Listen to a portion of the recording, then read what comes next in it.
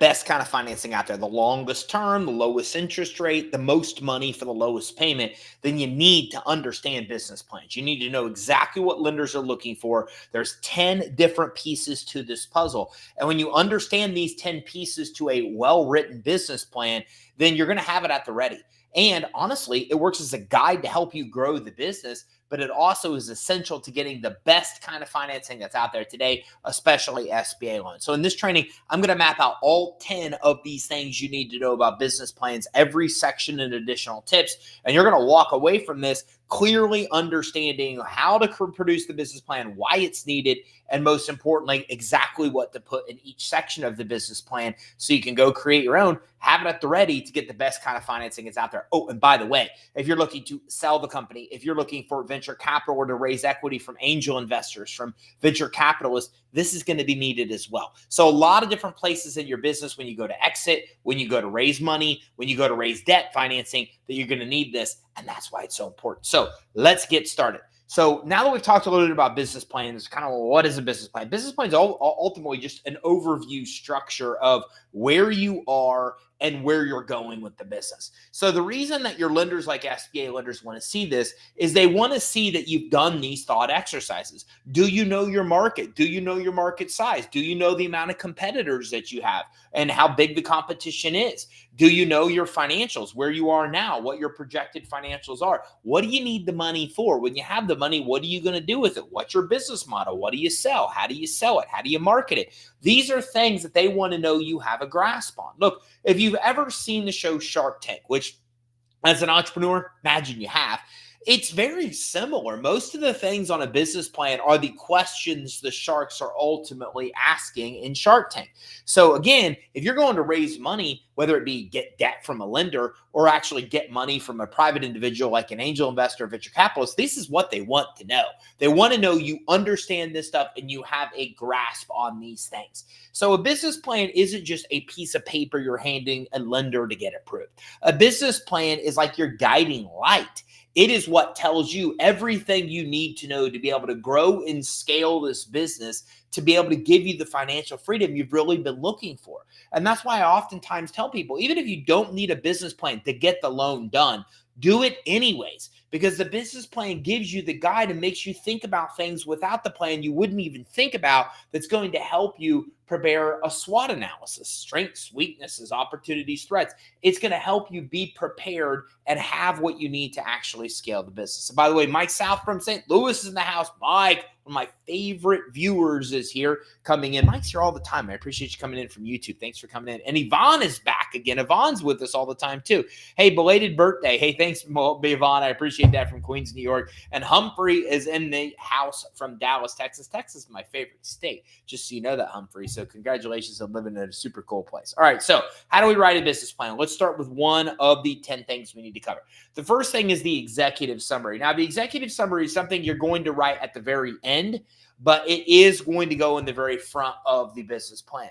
And the executive summary is just like the basic overview of the entire plan altogether. It's everything that kind of gives an overview of your company, right? We're going to talk about the name, the location, the mission here in this. We're going to include like a little brief overview of the financial stuff, the products and services. But this is kind of like a summary in the beginning, so somebody can read that business plan and know you kind of have a grasp on everything, including what your company stands for, the value, what your mission is, what you're really looking to accomplish. So those things are what's going to be in the executive summary. Now, a tip here is that, again, you want to write this last, but it is the very first thing that will go in the beginning part of your business plan. And by the way, the reason you want to write this last is because the summary is a summary of everything going in the business plan. So if you already do the other things first, you're already going to have all of the information you need, and the executive summary will be super simple because you've already done and got all the information that goes in it that you put in the other pieces of the business plan. All right, so let's start with number 2. And by the way, Veronica is in the house. Good morning from Las Vegas, Nevada.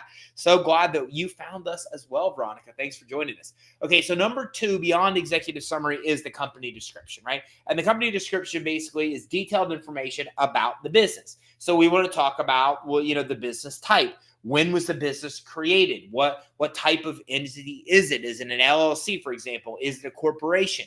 What industry are you in? What is your NAICS code? What industry do you service? Okay. And then on top of that, we also want to talk about your target market. Like, who is it you go after? Well, and what sets you apart? What is your unique selling proposition? That USP is probably one of the most important things here in the company description. They really want, in this case, to get an idea of real basic who you are and what you do. Like, who is your company and what does exactly, from your own perspective, your company do? So again, you want to get into what makes you unique. So if we're putting together a company description for Credit Suite, I'm going to say, look, what we do is help business owners improve their fundability, build business credit, and get financing. And we do this through a combination of software, and we do this with a combination of software and coaching. That's how we would sum it up, right? That's a little bit about the company description. Hey, we are Credit Suite. We've been around. We were formed in 2014 as a C corporation. And what we do is we help business owners get capital by improving fundability, building business credit, and getting financing through our unique combination of software and coaching. It's kind of like a little bit of an elevator pitch, right? But in that sentence, or in those couple sentences, I told you who we are, when we were founded. I think I mentioned that, what our entity type is. And then from us, what is our USP? What do we do to help our customers? And what we do that makes us unique. That's what I included there in the company description. So that kind of gives you an example of what you'd be doing when you're putting together your description as well. And by the way, Alicio is in the house from Hellcat Consultants Incorporated in Akron, Ohio. You know, I was stationed in Dayton, Ohio, which is really far from Akron, but I did live in the Buckeye State for quite a bit. And Charlana is in the house. Good afternoon. Hope you are well. Working on the cannabis industry to start a business. That's a great industry to be in right now, especially since I think they just reduced the classification of drug that is, and we're seeing this thing go legal all over the country. So congratulations, Charlana. That sounds like a great industry for you to be in. So number one, the executive summary. Number two, company description. Number three, market analysis. And what a market analysis is a couple different things. Well, first of all, what is the market size, right? So they want to know, like, how many people can you serve? So if we see Shark Tank or we see venture capitalists, they want to go to an industry that has mass market appeal. So if we look at why Uber is a unicorn or Airbnb is a unicorn, because they can deal with so many people in the market, right? How many people are hailing Ubers right now? A lot of people, right? How many people are staying in Airbnbs? A lot of people. They have mass market appeal.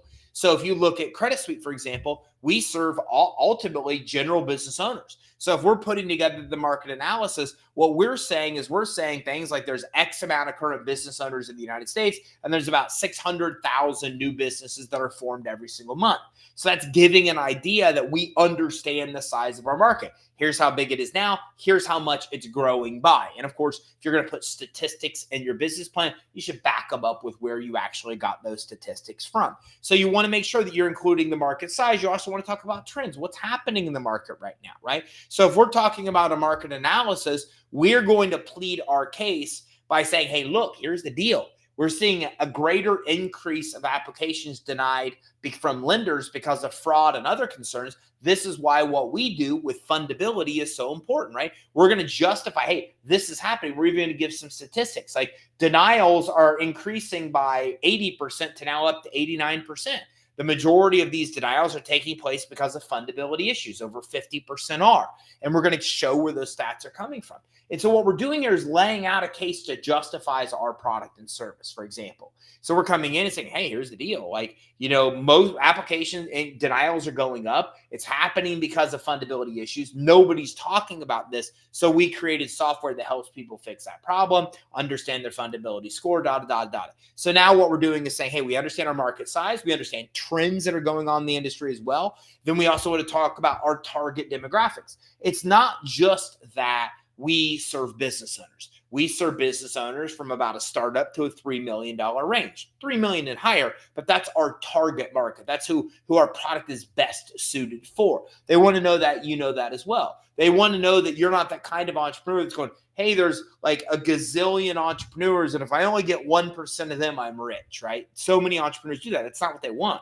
What they want you to say is the market size of business owners is this big. Our target market is part of that right here. And, you know, we could go after the whole market, but we're coming in hot and heavy after this target market. And it shows that you know who your target avatar is. So here's an interesting a tidbit. You've heard of the company Yeti. They make coolers, right? So Yeti had this problem. When Yeti tried to go out and raise venture capital, then what ultimately happened is they were shut down. And one of the advices that the piece of advice they got from the venture capitalists was your market is too narrow. You guys are selling coolers and stuff to like outdoor sportsmen. And the outdoor sportsman market's too small, so we're not interested in investing. So Yeti went back and they created products that were meant for like general population. Then they went back and were able to raise the money that they needed. And then from raising that money, they were then able to come out and get the capital they need to expand. Another one is Top Golf. Top Golf was similar. A lot of people don't know that all Top Golf really was in the beginning was a ball with a chip in it. It was a golf ball with a chip. And it measured how far you were driving the ball. Okay, Top Golf's concept originally was just a driving range, is all it was. But then venture capitalists came in and they said, your market's too narrow, Top Golf. We want this to be for general people that don't even know how to golf, that aren't even golfers to come.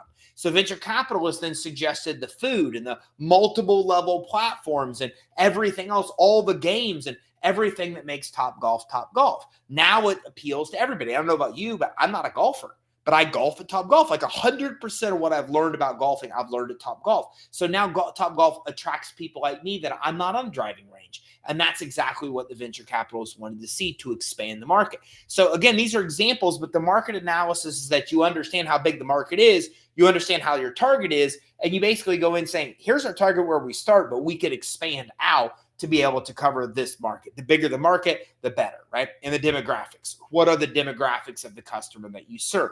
Like on average, who do you serve? You know, for us, it's a 44-year-old male on average. Okay, that's not to say we don't help females. It's not to say we don't help younger or older, but we understand because of all the people we help what our averages are. And by the way, if you don't know this, it's okay. You know, one of the best places to get this is social media channels like YouTube. If you go to YouTube, it's going to tell you where your viewers are coming from, their average age, their male or female. It'll give you a lot of those demographics. You understanding those demographics is very important to put in your business plan. Whoever's reading it, investor, lender, they want to see that you really are familiar with your market, who you serve, who your target demographic is. The more you know about that target, the more comfortable that they're actually going to be.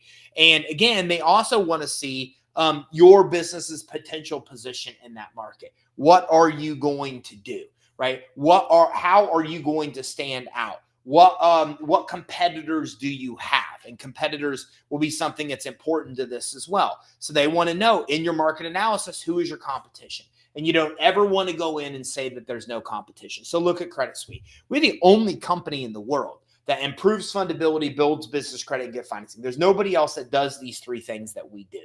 But we're never going to go to an investor and say we have no competition, because we do. We do have competition in the business credit space. We do have competition in the finance space. So when our market analysis, we're going to say, here's our biggest competitors. We're going to say in our market analysis, hey, what we do is different because we stand out this way. We're the only one that does this. But here's our biggest competitors. This company offers business credit. This company offers financing. And we're going to mention people that are our closest competitors, even if they're not direct competitors. And remember, you want to use data. You want to use statistics to back up your claim as much as you possibly can. So we've got the executive summary. We've got the company description. We've got the market analysis. Now let's move to the organization and management. So the organization and management section of a business plan. And by the way, Yvonne says, do you suggest using AI to write business plan? I started mine, but reluctant to use AI. I absolutely would use AI to build the business plan, 100%.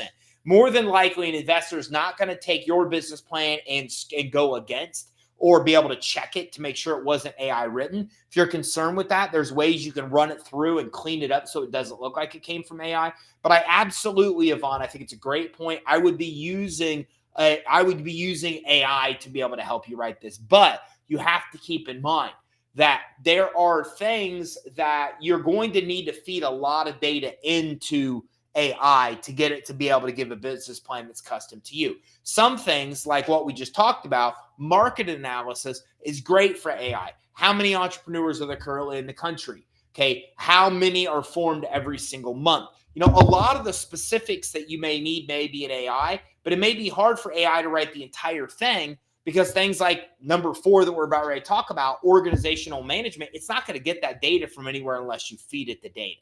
So if we look at organization and management, this is basically your structure of your business. Who is in your business? Who owns the business? Who's a shareholder in your business? Who are your key employees? Who are your board of advisors? Who stands out? So, for example, I sit on several boards where I help entrepreneurs that are launching new businesses because I'm an authority. Like, I have a reputation in the space. I've grown and scaled and exited multiple 7 and 8 figure businesses. So they'll put me on the board because it helps bring credibility to their business, right? So that's exactly what we're looking at for organization and management. They're not necessarily looking to see your entire order of everybody that works in your company. It's not bad to add it. I always add an overview slide that says, hey, here's our managers, like here's our C-level, here's our managers, here's the employees under those managers. But then the next slide dives into the people that are the founders or owners, right? It talks about me. It talks about my partner, Megan. It talks about our experience and knowledge in the industry. And that's what they're really looking for here. So what they're really wanting to see here is that you have a team that can help you succeed, that you possess the knowledge you need to exist and survive and thrive in the industry you're in. It's not going to give them, I've spent my life in financial services. So if I go to open a crane business, which I would do because I love cranes and I love heavy equipment. So if I was going to open a business selling cranes, well, there's going to be a lot of questions because I don't have any experience with cranes. My resume is 0 experience with cranes, 0 experience with selling cranes. So that's going to be a problem.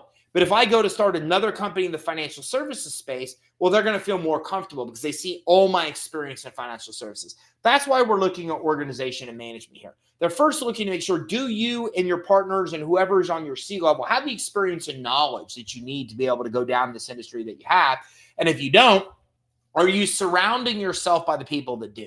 So if you look at Elon Musk, Elon got in and was able to raise money for SpaceX, not because he was a rocket scientist and he was able, which he is, he was able to figure it out on his own, but he also surrounded himself by very, very, very high level people that had very high and good reputations in that space. That's why VCs felt comfortable. He wasn't out going to try to learn rocket science, which he did, by the way, but other people were around them that knew what they were doing and they were able to lift him up. That's what we're looking for organization management. Do the people that surround you in the organization have the knowledge and experience they need to be able to make the business succeed? Maybe I don't know a lot about cranes, but my partner owned a crane business for 20 years. I know sales and marketing, they know cranes, right? So now I'm at least showing that the people within my organization actually have the knowledge that they need. So here you want to include bios. You want to highlight relevant experience, and you want to highlight these advisors that sit on your board of advisors or board of directors and what their experience is. So it makes it clear to somebody reading your business plan that the people you're mentioning in this part of the business plan have the experience and knowledge to help that business actually succeed. And Vianica says, hey, do you offer business credit options without a personal guarantee? We have a lot of them. So if you're interested, you can go to creditsuite.com/consult. And most of our business credit sources offer credit without a personal guarantee and without personal credit checks. And then our fundability software actually maps out the exact steps for you to succeed. I think it's Vianica. So it maps out the exact steps. It actually pulls in your business credit reporting data and things like that. Then it tells you all the credit you can qualify for right now without a personal guarantee based on where you currently are in the business credit building process. So hopefully that helps answer your question. And we just dropped the link in the chat to schedule that consultation so you can actually see exactly how you can access business credit without the personal guarantee. That brings us to number 5, products and services. What are you selling? What products do you offer? What services are you selling? And then, of course, you want to kind of give a breakdown of those products and services. So we want to talk about what's the life cycle of them. You know, how long does somebody stay in? Does somebody get the product? Do they buy the product? How often do they buy the product? If it's a subscription, how often do they renew? What is your retention rate, for example, right? They want to know the benefits of the products and services that you offer. So what products do you sell? What services do you sell? What are the benefits? What do those products or services do? What problems exist that those products or services solve? What is it about your products and services that helps you uniquely solve that problem? We're back to this unique selling proposition here where we're diving in deep to explain, hey, here's our products, here's our services, Here's what we do. Here's the benefits of what we do. Here's the problem we solve. Here's why we're better at solving that problem than our competitors or anybody else that's out there. So we really want to highlight the unique selling proposition here, but they also want to know, like, how do we sell those? So I meet venture capitalists all the time, but one of the things they want to know is they want to know what percentage of our sales comes from these different product lines. So we say, hey, we sell fundability. Hey, we've got these extra subscription products. Hey, we have a partner program where we put people in the business of offering business credit and financing as a service.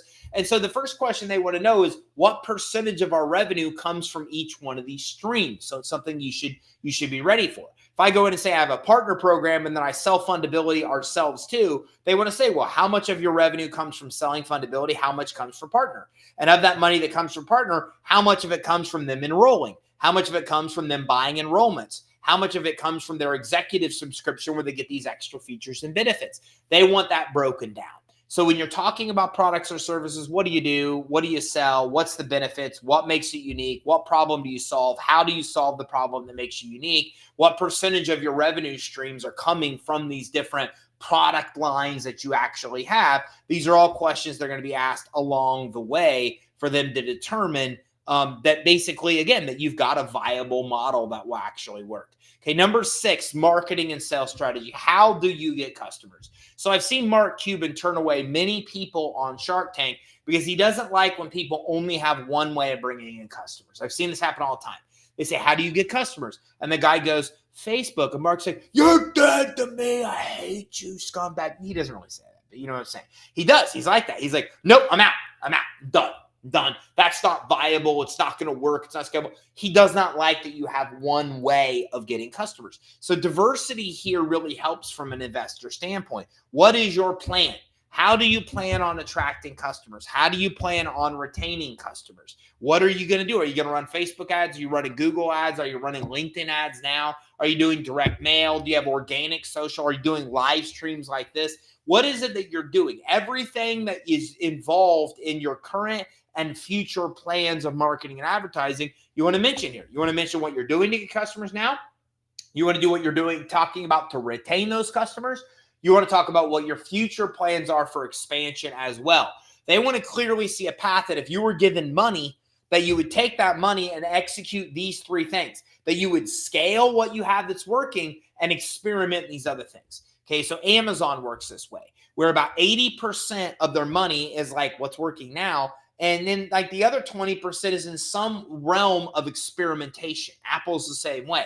They take part of their budget and they're experimenting with new things. It's why you always see Google and why you see Apple rolling out so many new products and services, not in their search engine or not in the computer realm, because they've got part of their budget that's just for exploring new things. It's the same thing here. They want to see that you know what works, you have a scalable way to get customers in the door, and you're going to spend money scaling that. But you're also going to be testing a thing here or there. You think those will work and why you think those could be viable as well. Now here, you also want to talk about your sales strategy. What is your sales strategy? So what I mean by that is, I'm asked by venture capitalists, whenever I meet with them, give me a look of the flow of a lead from when they come into your business. And I say, okay, well, we run a Facebook ad. We give away a free guide. They come in and get a free guide on building business credit. They opt in. They give us their phone number and email and permission to call them and email them. They immediately go into an email indoctrination sequence. They start getting emails about who we are and educational emails teaching them about business credit building. Then we have a setter, a tier 1 salesperson, call those leads about a week in and then say, hey, are you interested in building business credit? Would you like to talk to somebody? And then the person says yes. And then that setter qualifies them and then moves the qualified people to a live transfer to our sales team. And then our sales team answers the live transfer and executes not a word for word script, but a flow, a basic script of what to say. And then sales team follows up based on what we call a 5x5 basis, 5 follow-ups in 5 days. And they continue to follow up with the customer until the customer says, I'm not interested, or the customer buys. That is a long-winded explanation of our sales cycle. That is what they want to see. What is your sales cycle? How do you sell? How do you convert? Do you make sales online? Do you have a salesperson? How does that process work? I just gave you the absolute best example I can of saying a lead comes into us this way. And then here's what happens. And then here's what happens. And here's what happens. all the way till they go to sales, and all the way till the lead is either dead or the person actually buys. So that is what they're really looking for, is to see how you market, how you get leads, and then what happens in your process to be able to get these leads. Now, I want to stop for a second. Now, do you start to see why this exercise is so valuable? Because if you think about it, start to go, okay, well, a lead comes in, this happens, go, oh, what happens then? I don't know. Well, this probably should happen there. If you haven't put all this together, if your company is not like, 8 figures a year, you've been doing this for a decade like we have, then this is going to help you figure those things out in a way where it makes sense. So writing a business plan isn't just about getting money. It's about giving you like the foresight to think through all these things from an investor standpoint to actually develop your own plan for actually scaling your company. So you want to be specific here about the tactics and how they align with what your target audience is, right? So if I'm saying now that my target audience is this person, then I want to talk about how my marketing is going to work to get to those people. I've already told them before who my target audience is. Now I want to bridge that gap so they understand what my plan is to market to that target audience. Number 7 on our list of 10. And number 7 is the funding request, right? What money do you need? How much are you looking for? What would you do with the money when you have it? I think about this all the time. If I was going to raise venture capital and bring in $1 million in my business, what would I do it? What would I do with the money? What would it look like? And again, at this point, what they're looking to do is make sure that you are making smart decisions with the money that you're giving them. In large part, this can be the most important part of the business plan, because what they're saying is, hey, if I give you money, what are you going to do with it? That's what I want to know. Like, what is your plan to do with it? And again, we come back to this 80-20, where 80% of that should be more into what works, your strengths, and how to do those things better. And the 20% should be like experimenting with some things you think would work and why you think it would work. But again, you're banking the money on what you know is going to work, and then you're trying some new things that could be home runs if they work out. And that's really what they're looking for. So how much money you need? What would you do with the money? What does your future look like when you have the money? You want to include the financial plans really for the next 5 years here. And this will be in the next section, financial projections. But this is the point where you say, here's how much money I need. Here's my detailed plan of what I'm going to do for that money. So a guy that I sit on his board, he was launching an app, and he met with me at the beginning. I said, how much money are you trying to raise? He said, $1 million. I said, that ain't going to happen. I said, that's ridiculous. What do you use the $1 million for? And he told me it was like $700,000 was for marketing. I said, you just told me that your whole model works where you don't, it automatically builds on its own without marketing dollars. Is that right? He said, yeah. I said, then why would you have $700,000 for marketing when you tell him you don't even need marketing? And he says, well, my buddy said it was a good idea to put it in. I go, yeah, well, get a new buddy, because that guy should not be advising you. And then what he did was listen to my advice, dwindled it down to 100,000 he was looking for. I said, and what I told him was, look, if you're going to launch this product, don't try to launch it with $1 million. You need the minimal money to launch an MVP, a minimal viable product. You need to get the app live and show that it's live, show that it has users. Then you could raise additional money. But right now, you only need bare minimum cash to get that part of the process done. So he did. He followed my advice, no longer asked for $1 million, asked for $100K. He was able to get the $100,000 in 90 days or less. He launched the app. The app is successful. He's got athletes on it. He's got users on it. And now what happens is now he's going out and raising more capital, and it's way easier for him to do it.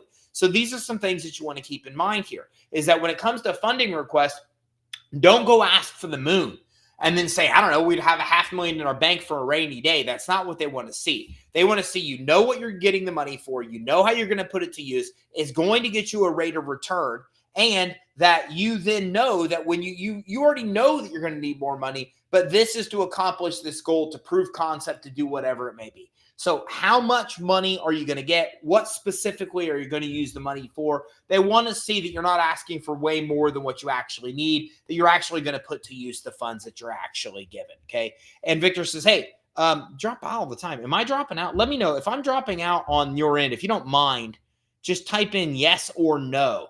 Because Victor says, Mr. Crandall, you're dropping out all the time. I'm not sure. I'm from my end, my bandwidth is stable. Everything is stable. So my mom is here. My mom just came into the live stream. What? think this is the first time my mom has ever joined us for a live stream. So first of all, if you're in the chat, say hi to Sharon because she's here to say hi to us. And second of all, if I'm dropping out, say in the chat whether I am or am not dropping out. I'm just curious to know if that's happening on everybody's end, not just Victor's. Okay. So number 8, we talk about financial projections. And this is going to be what your business is going to look like in the future, what you project is going to happen. So let's say you get the money, you get the loan, you get the credit line, you get the money from venture capital. What is going to happen then? What is your business going to look like a year from now financially? 2 years, 3 years, 4 years, 5 years from now? And interestingly enough, a lot of entrepreneurs have ADHD or that's just the way that we're built. And this is interesting because I've always found to myself, and you could tell me if you can relate, personally, this is hard for me. I have a really hard time thinking 3, 4, 5 years out. And then I've come to realize that's just because I have ADHD. Like that is a thing. That when you have ADHD, you have a really hard time focusing the longer periods out. It's very hard for us to focus. So if you are dealing with that same problem, it's okay. It's probably the way you're built. It's the way I'm built too. Okay, but the key thing you want to keep in mind is they want to see that you have some kind of, doesn't even have to be necessarily accurate, but what do you depict would happen? What do you think would happen? Hey, if I get this money, I'm going to do more in Facebook ads and I'm going to go experiment with Google. And I expect this to then give me a 30% return next year. Then it jumps to 50, then it jumps to 70. Show what it's actually going to look like. You might want to include income statements if you have them. Include cash flow statements if you have them. Include balance sheets if you currently have them. But again, nothing less than having an Excel log with projections of year 1, year 2, year 3, year 4, year 5. Here's my specific expenses. Here's my specific revenue from all my revenue streams. Here's my specific profit in each one of these verticals. That's what they're going to want to see on the financial projection as well. Okay, and everybody says, Mike says, no, I'm not dropping out. So Victor, I know Mike is okay. And then and Pamela saying hi to Sharon. That's awesome. Saying hi to my mom. Not dropping out for you either. Well, I appreciate that. Dropping gems is what he means. Oh my gosh. Mike, wow. I'm a little slow on that one. Victor, I wasn't dropping out. You gave me a gym icon and said I'm dropping gems. Man, that's how slow I am today. I talk fast, but apparently thinking slow on that one. So Victor, thanks for that. And Mike, thank you very much for the clarification. And excuse me for being slow on that one as well. And Victor corrected me and said, you're dropping gems all the time. My bad, man. I'm sorry I misunderstood that. Thanks, everybody. I appreciate that. Thanks for Victor and Mike are now like buddies. I'm glad I messed this whole thing up. Now you guys are all like meeting friends in the chat stream. So this is perfect. All right, if you're just coming in, say hello to my mother. She is with us, Sharon. Make sure you give Sharon a shout out. Tell me where you are from and your company name. I'm going to give you a shout out here as well. So the next thing is we're talking about, again, we've got the funding request. We've got the financial projections. These should be 5 years of what we project will actually happen. And surprisingly, a lot of cases, those projections tie into the valuation of your company. What you predict will happen will tie into the valuation. So think through this because those projections will be very important to determining the value of the business and the value of how much a lender or venture capitalist may want to give you. Number 9 of our 10 is the appendix. And this is like any additional information that supports the business plan. Any additional documents you have, any other supporting documents or other thoughts or things that didn't really make sense to put in the normal business plan, this is where you're going to include these right here. So let me give you an example. Let's say we're talking about our company, who the employees are, right? We're talking about who the owners are. Well, here's where we would include resumes. Here's where we would include permits. Here's where we'd include business licenses. Here's where we'd include future orders. We already have orders from customers. Here's where we would include that. Here's where we would include any legal documentation that we have. Here's where we would include map outs of our software or pictures of our products or login information to our software so they can log in and actually see what our software is. So all these things are in the appendix. The appendix is the section where we put all the supporting documents, all the login stuff, everything that supports the business plan. Because we don't want to go where we talk about our staff and then include a resume on every slide of a pitch deck, for example. But in the appendix, that's where they can get the resumes. So that's where they get the supporting documents to everything that you've really supplied so far in the business plan. So if we look at it, there's really 8 main sections we've covered with the business plan. The 9th is the supporting document section, the appendix. And then we get to the 10th, which isn't a section, it's just additional tips. And here's my additional tips. Be clear and be concise. And by the way, Curtis gave you a shout out, Mom. Yeah, he said hello to you. Connection is great. L. Parker's in the house. And Charlotta says, thank you for mentioning ADHD. Look, a lot of us are in the same place, okay? My daughter's there. I'm there. A lot of us that are there. And that's why we are good at what we do as entrepreneurs. So I think a lot of you can relate to that because I think a lot of you have like ADHD and problems focusing like I do. L. Parker at work listening. We'll replay the beginning later. L. Parker, we go through all 10 of these that you need to know. And again, thanks for coming in. So number 10, additional tips. Be clear and concise. Avoid jargon. Avoid rambling on. Avoid industry-specific language. Okay, you want to make sure that somebody gets this. They clearly can read through what's going on. And if you're taking a business plan and putting it on a pitch deck, really you'd have one slide for every one of these things. Think about that.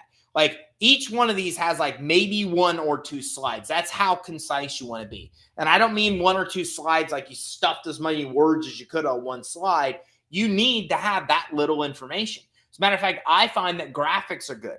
If I'm showing what my projections are going to be, I'm actually going to include on that slide the projections like on a graph format. I'm going to show year after year on a graph format what my projections are. Then my Excel projections would be in the appendix as an example. So if I'm going in and talking about my staff, I'm going to basically give an image overview of like everybody that works in the company and who's under who. And then I'm going to highlight the main C-level and the experience. Then I'm going to put the resumes in the appendix. So the business plan itself should be very clear and concise throughout. And then you use the appendix for all the supporting documents that you may want to include. You also want to tailor it to your audience, right? So it's going to be different. Sometimes you're writing this business plan for a venture capitalist. Sometimes you're writing it for an SBA lender. Sometimes you're writing it for a grant to get a grant. So you're going to have to make sure that you cater this to whoever source it is. If I am doing this for a grant, well, then they want to see that I am going to use the grant money to good use. And that I know that I'm probably going to need more money beyond the grant money and how I'm going to get that money, for example. Well, I'm not going to do that with venture capitalists. I'm not going to say, hey, I know I'm going to need more money and I'm going to go to all these other sources because I think if this works, you'll get me more money. So I'm going to do different if I'm going to a grant source than if I'm going to a venture capitalist. So remember, you want to tailor it to your audience because the answers you kind of give are going to be a little bit different depending on what it is. If I'm going to get a grant for a software, then I really want to highlight the software of my company in this business plan.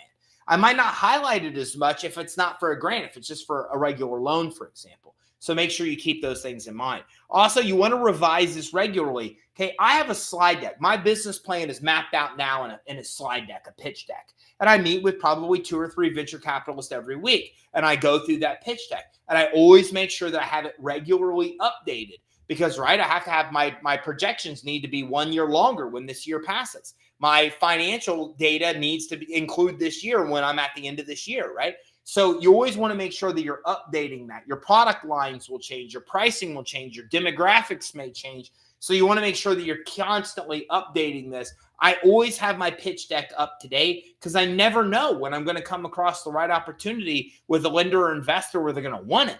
And you should do the same thing. Come back at least every quarter, maybe every month, and then visit that business plan so you can make sure that you keep it updated. Because again, you want to have it at the ready when you have the right investor opportunity open up. And proofread the thing. Make sure that it looks good. I mean, this needs to look good. You're wooing potential investors. You're wooing lenders here. So we need to make sure that we don't make the graphics all look good. We want to make sure that we look at the wording and that's all correct. And I think it's interesting because you can go right now to Google and type in pitch deck, Airbnb, pitch deck, Uber, and you can get the original pitch decks that these guys came up with. It's super interesting. Like Uber was never supposed to use ordinary cars. They were like a black tie service. Like it was all black car service, right? Then they actually from Lyft are the ones that grabbed and stole the concept of using every ordinary cards. You might not know that if you didn't see the movie or if you didn't actually look at their original pitch deck. So go online. You can find pitch decks for a lot of these other companies that are out there. And those pitch decks will kind of give you the breakdown of the business plan, because a lot of business plans, a pitch deck is just a business plan basically broken down realistically. So there we have it. And by the way, Charlana says, hi, Ty's mom. Hope you are well. Everybody's coming in. Happy birthday, mom. Everybody's coming in saying happy birthday to my mom. I appreciate you guys being so kind to my mother. It's very rare that my mom makes an appearance on a live stream like this. Not to say she doesn't show up. I just don't know. She doesn't usually say hi. So let's recap. Number one, an executive summary, a summary of everything where we're talking about business name, location, mission statement, product, services, what makes us unique. Company description is next. What we do, how we do it. Okay, are we an LLC? What's our unique selling proposition? Okay, basically, what is it that we do? What problem do we solve, and how do we solve it? Market analysis. How big is the market we serve? What is our target demographic? Who are our competitors in that in the market? Organization and management. Who does what? Who owns the company? Who founded it? What is our experience? Who sits on our board of directors or board of advisors? Basically, who in our organization and advising us is there that could clearly give the investor or lender confidence that this is a team that could take this company and take it to the heights that we want to grow it to. Okay, number 5, what products or services do we sell? What do we sell? How much revenue do we bring in from each one of these product lines? What percentage of revenue do we bring in? Okay, what problem do these products and services solve? For example, these are the kind of things that we want to put in this section. Number 6, marketing and sales strategy. How do we market? How do we get customers? How do we get leads? We want to make sure that we have multiple different ways of doing this to give the investor comfort. And we also want to show here how we make sales. What is our process from soup to nuts, from beginning to the end? Okay, we bring the lead in, and then they grab a free book. They go to an email sequence. Sales gets them. Sales follows up. What does that whole sequence look like? Does sales use a script? Do they not use a script? These are the kind of things we want to mention here. Number 7, how much money do we want? What are we going to use it for specifically? Again, they want to see that we're putting a lot of the money on what we know works to scale. They also want to make sure that we're using probably some of that money for experimentation. We've got some ideas we want to try out as well. Number 8, financial projections. The next 5 years, what do we project financially will happen? What is our income? What is our expenses broken down? And then overall, what's our revenue going to climb to? What's our profits going to climb to? They want to see all that for 5 years as well. Number 9 is the appendix. This is the final real section. And the final real section is all the supporting documents for everything that's been on the business plan. And that brings me to number 10, which is all those additional tips that I gave you. There you have it. So now you know everything you need to include in a business plan, what a business plan is, why you're going to need it, and everything you need to be successful. Woo, I'm winded. Hopefully you're okay. Thank you for coming in. Thank you for saying hi. Thank you for engaging and giving me your company name. Thanks for saying I'm dropping gems where I misunderstood it and thought I was dropping out on audio. My bad, and disregarding that whole thing. Thank you for excusing my ADHD. Thank you for saying hello and happy birthday to my mother as well, who came in and graced us with her presence. I'm really glad you could be here. If you got value from this training, make sure you like and make sure you subscribe. And most importantly, make sure that you keep your eye out for our next